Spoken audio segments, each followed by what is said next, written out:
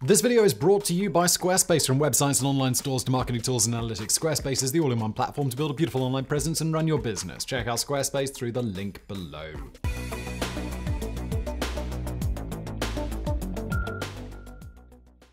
The United Nations. Today it is the largest organization in the world. Nearly every country on Earth is a member. At its core, the UN is a simple yet remarkably profound concept, a place where sovereign nations can settle disputes with each other instead of the battlefield. Not too long ago, however, the UN was nothing more than an idea and an office building in New York City.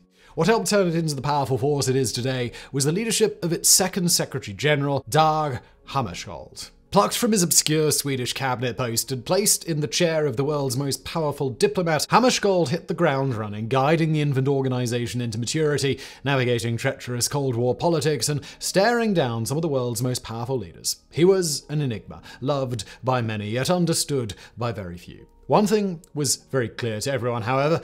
Dag Hammarskjold was a man entirely committed to the ideals of the United Nations, to the idea of world peace. So much so that in the end, it cost him his life.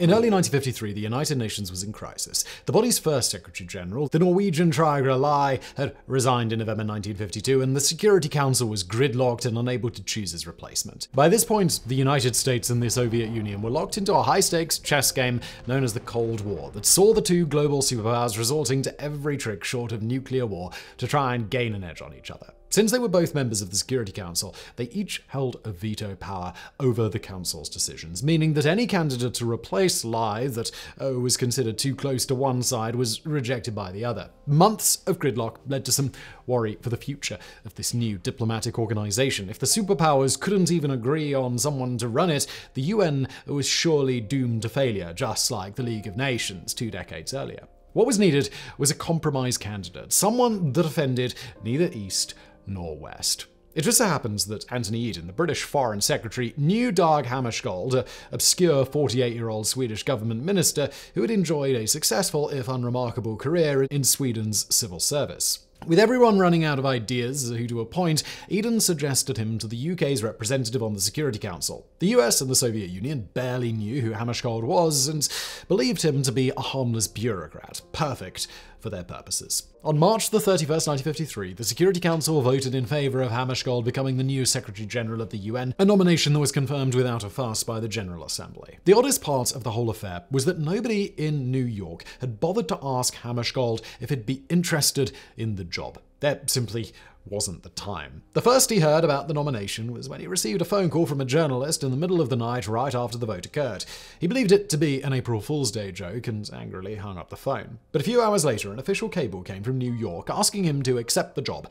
Hammarskjold was flabbergasted, having never shown any interest in the job prior to that moment. In fact, during a conversation with the painter Beau Bisquieu some weeks before, he had reacted strongly to Bisquieu's assertion that he would be a good candidate for the post, saying, "Nobody is crazy enough to propose me, and I would be crazy to accept." After consulting with the Swedish government, though, he felt as though he couldn't refuse the call to serve his fellow man, even if he felt completely unqualified to step out onto the world stage. A week later, he was sworn in, and he took up the mantle of UN Secretary General at the United Nations building in New York City. His nomination would prove to be one of the most impactful decisions of the 20th century.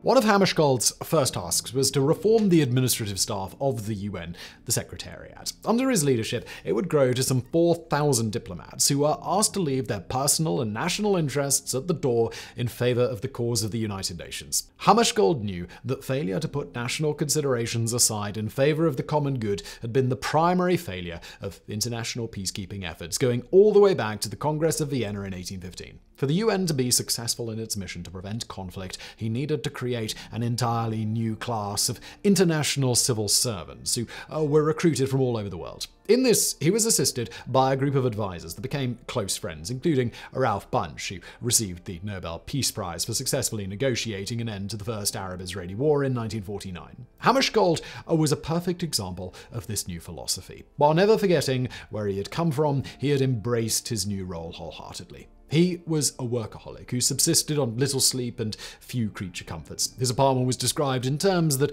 included monastic and Spartan. He was also something of an enigma to New York society. They had trouble understanding a man whose only interests outside of his work appeared to be an appreciation for fine arts and literature, as well as the outdoors. He never married. He had no children, leading some to speculate that he was secretly homosexual, usually his detractors attempting to smear his reputation at a time when being gay was a career ender. But there's no evidence that Dag Hammarskjold had any sexual liaisons with anybody, male or female, either because he was asexual or because, like a monk, he chose to willingly abstain from it in favor of larger pursuits. Alright, we'll get back to our video in just a second, but first, here's a word from today's sponsor, Squarespace. This is the age of creation. Think about it, everyone is out there. You're no longer just looking at stuff on the internet. Often you're making it yourself, whether that's social media, YouTube, your own blog, online store, whatever. And whenever you want to make something on the internet and it needs a website, and if you think, YouTube channel or whatever, you want a website to go along with that, don't you? Well, whenever you do want to make a website, head over to our friends at Squarespace.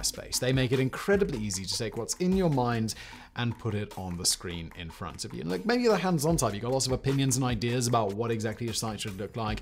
Well, that's cool. Squarespace gives you all of the customization options you could ever want with no updates, no patches, no technical BS to worry about. Or maybe you just need something functional, something that works. So, you can just get started with whatever you're doing on your website. And in that case, just use one of their quick, beautiful templates. And once you're done setting up the website, choosing the name, playing with the colors, etc., Squarespace provide a ton of extra features so that your site can thrive. Patronage portals, email campaigns, social integrations, member-only areas, analytics, commercial options, 24/7 customer support, and more. It's everything you could ever want in one place. So when you're ready to get started on the next project of yours, big or small, if it involves a website, do it with Squarespace. Go to squarespace.com for a free trial, and when you're ready to launch your new site, go to squarespace.com/biographics to save 10% off your first purchase of a website or a domain.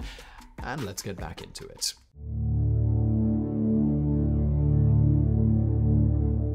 In July 1956, the president of Egypt, Gamal Abdel Nasser, surprised the world when he announced that he was nationalizing the Suez Canal, buying it out from British and French owners. Nasser hoped to use the revenue from the canal to finance the Aswan High Dam, which would end the annual flooding of the Nile and allow for infrastructure improvements that would help the Egyptian economy. Great Britain was already not coping well with the sudden and rapid loss of its empire, and the loss of the canal seemed to be another hit to their prestige. Anthony Eden, now the Prime Minister, saw Nasser as threatening not just the established order, but the economic security of all of Europe, since the Suez Canal was the transit point for most of the oil trade. Eden brought together the governments of France, who believed Nasser was providing arms to Algerian rebels in North Africa, and Israel, who saw Egypt as an existential threat that needed to be checked, and together the three nations agreed to a secret plan. Israel would invade Egyptian territory, advancing across the Sinai Desert. After the Egyptian military responded, the British and French, acting as peacemakers,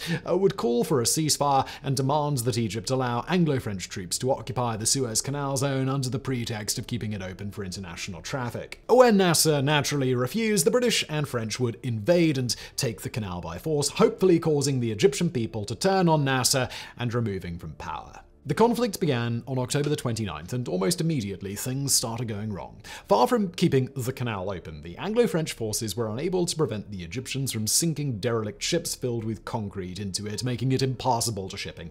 Making things worse, Egypt's allies declared an oil embargo, and Syrian engineers sabotaged a British pipeline between Iraq and Lebanon, leaving the warring nations starved for oil. If they were hoping to get help from their chief ally, the United States, they were sorely disappointed. President Eisenhower was outraged by the events, angry that his allies had gone behind his back and launched a war of aggression that risked Soviet intervention and the possibility of a Third World War, this time with nuclear weapons. He famously said that the combatants could boil in their own oil. This was the first major test for the United Nations since Hammarskjold had assumed leadership of it, and the Secretary-General responded, assuming a leading role in managing the crisis. The General Assembly called on him to enact their resolution calling for an immediate ceasefire on all sides. To enforce it, Hammarskjold, on the advice of Lester Mike Pearson, future Canadian Prime Minister, oversaw the creation of the United Nations Emergency Force, troops under the banner of the UN who weren't there to fight a war, but to keep the warring nations apart. This was an entirely new idea, one that would prove revolutionary in the decades to follow. To distinguish the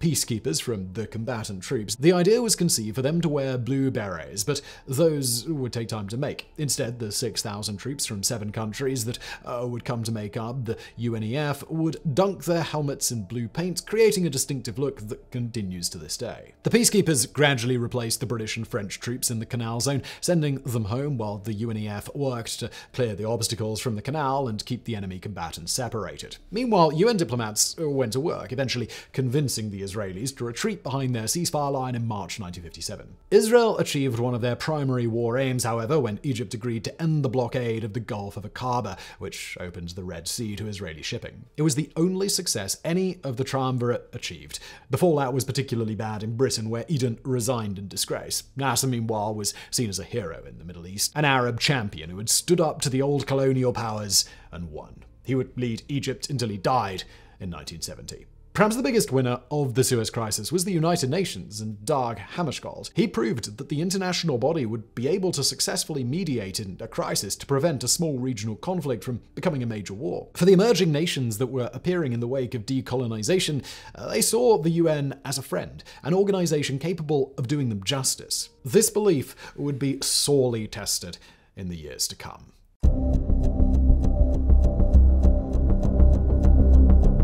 The scramble for Africa, when virtually the entire continent was carved up into colonies by the European powers in the late 19th century, has had consequences that continued to the present day. Nowhere was this seen clearer than in the Belgian Congo, originally a private colony owned by King Leopold II before being annexed by the Belgian government in 1908. Unlike in other European colonies, the Belgians did not even pretend to care about the welfare of their colonial subjects, as Belgian companies grew rich from mining the abundant natural resources in the Congo. A caste system similar to South African apartheid was in place that saw Belgians in charge of everything in the country and restricted the Congolese to subordinate positions. There were no native-born army officers, doctors, and barely any university graduates. White Belgians ran everything, made all the money, and lived and caroused in separate neighborhoods and entertainment districts from the indigenous people. On June 30th, 1960, the Belgians rather abruptly gave the Congo its independence, following years of internal and external pressure to decolonize. There had been no transition period,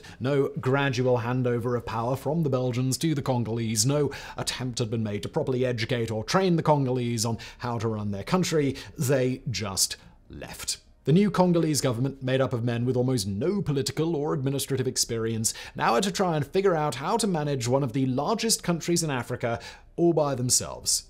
And it was a recipe for disaster.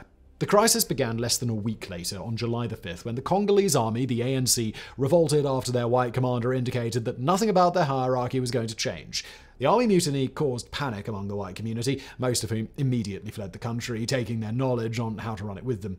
On July 9th, Belgium sent in thousands of its troops without consulting the Congolese government, claiming they needed to protect lives and property. They mostly congregated in the southeastern Katanga province, whose leader, Moise Tshombe, declared on July 11th that Katanga was seceding from the rest of the Congo. The intention was now clear. Katanga possessed most of the mineral wealth of the Congo, representing an estimated 50% of its annual GDP, and Tshombe had no intention of sharing it with the rest of the country. Belgium, which had precipitated the crisis, now was taking advantage of it to try and keep as much of that wealth for themselves as possible. With the country teetering on the edge of civil war, the UN and its diplomatic miracle worker, Dag Hammarskjold, were called in to try and save the day.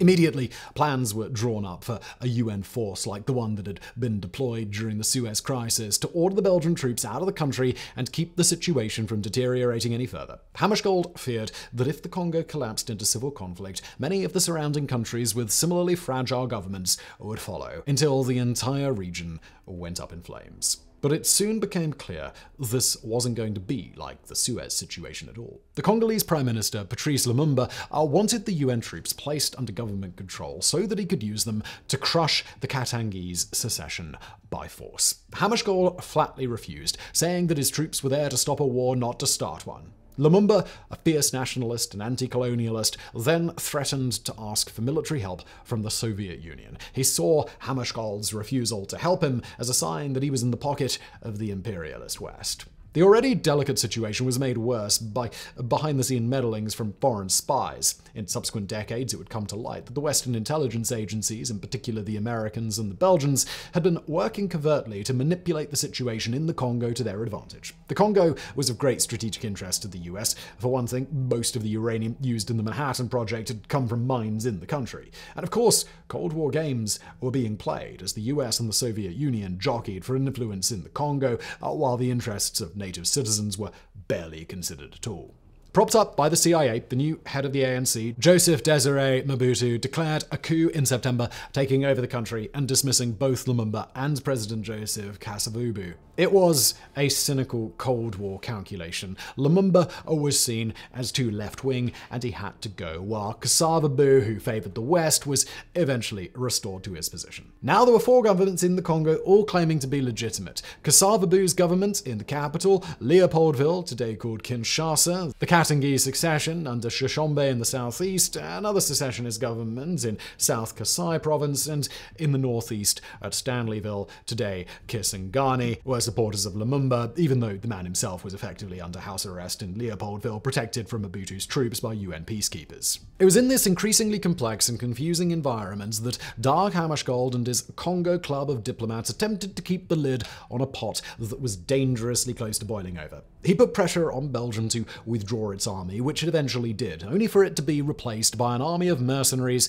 many of whom came from France or Belgium and were violently right-wing and white nationalist. The CIA, meanwhile, was plotting to assassinate Patrice Lumumba, convinced he was still a threat to turn the country over to the Soviet side. The only reason that this failed was because Lumumba's other enemies got to him first. Attempting to break out of his house arrest, Lumumba was arrested on the 1st of December by Mobutu's troops. He was imprisoned and regularly beaten, until 6 weeks later Mobutu and Kasavubu handed him over to Moise Tshombe and Katanga, who hated him. Patrice Lumumba, who might have become a great statesman like Nasser had he been given the time to mature as a politician, instead became a martyr, executed by Tshombe's Belgian officers at the age of 35.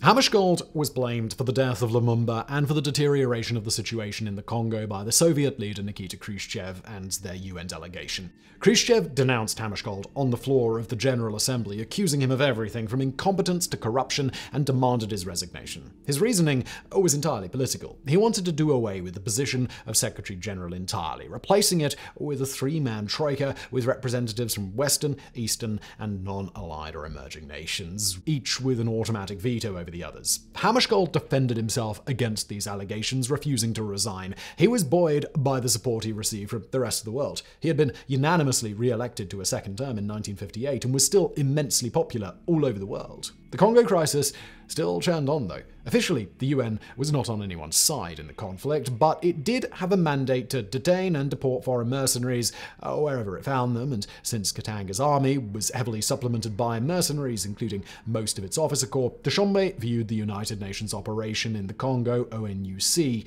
as his enemy. In September 1961, UN commissioners on the ground in the Congo decided to embark upon a major operation to round up mercenaries in Katanga ahead of the arrival of Hammarskjold, who was flying into the Congo to attempt to mediate an expected negotiation between the disparate factions.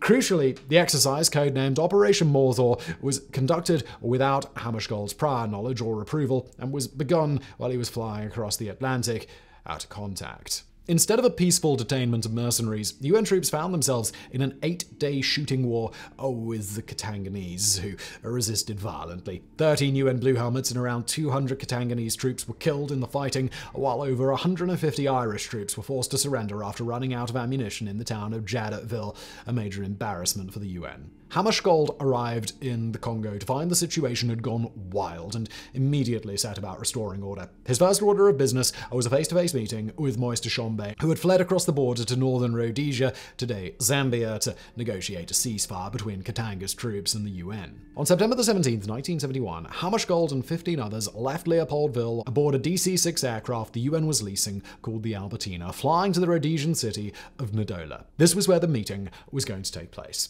The aircraft was last heard from just after midnight on the 18th, when it was coming in for landing at Ndola Airport, but it never made it. At 3 p.m. the next afternoon, the remains of the plane were found 8 miles from the airport. Only one man was found alive, a soldier who was part of the security detail for the Secretary General, but he died 5 days after the crash. In an instant, Dag Hammarskjold, age 56, was gone.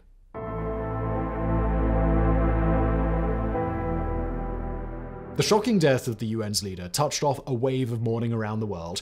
Hammarskjold's body was flown to Sweden, where he was given a state funeral attended by the King and Queen of Sweden, as well as heads of states and other dignitaries. Tributes poured in, the greatest of which was 2 months after his death, the awarding of the Nobel Peace Prize, to date the only posthumous awarding of the honor.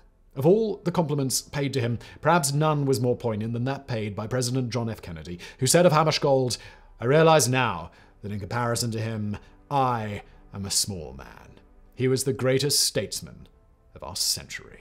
Initial fears of a similar crisis that had precipitated Hammarskjold's own appointment were unfounded. Burmese diplomat U Thant was elected relatively easily to replace his friend. He managed to bring an end to the Katanga crisis in January 1963, but the Congo continued to be embroiled in chaos, especially after UN peacekeepers left in 1964. Ultimately, Joseph Tessere Mobutu staged a second coup, this time installing himself as a dictator. Renaming the country Zaire, the newly restyled Mobutu Sese Seko would rule the country until he was deposed in 1997. Today called the Democratic Republic of the Congo, it is one of the world's poorest nations, ranking low on most economic and human development indexes, and it continues to be subject to internal conflict and political corruption. Almost from the moment the remains of the Albertina were discovered, there has been speculation that the crash of Hammarskjold's plane wasn't an accident. Official investigations conducted by the Rhodesian government and the UN cited pilot error as the cause of the crash, likely the result of the plane's crew flying at night to an airport they weren't familiar with, having descended too low, crashing into a hill that was recently discovered to not be indicated on their landing charts of Ndola Airport. But Hammarskjold had no shortage of enemies in the region. The Katanga government hated him, so did the European mercenaries fighting on Katanga's behalf, and some have even accused the American or Belgian governments of being behind the downing of the plane. Witnesses have come forward, claiming to have seen the plane shot down by a fighter jet or that the plane suffered an explosion or fire before crashing. But to date, no conclusive evidence proving assassination has been brought to light, and the more time that goes by, the less likely it seems it ever will.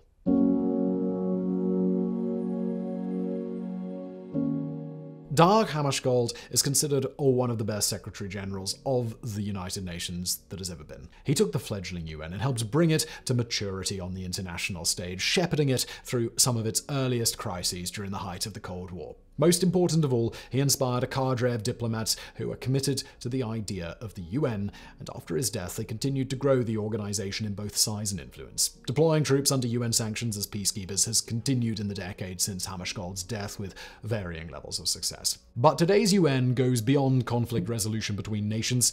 It is on the front lines of international attempts to stop human misery of all kinds, from property to disease to disaster response. Hammarskjold's fingerprints are all over the modern UN, from the organization's library named after him to the Dag Hammarskjold Medal awarded to anyone who gives their lives during a UN peacekeeping operation. It's hard to quantify a man who sacrificed so much in the name of peace, but it can safely be said that the world is a much better place for having had Dag Hammarskjold in it, something that we should all aspire to.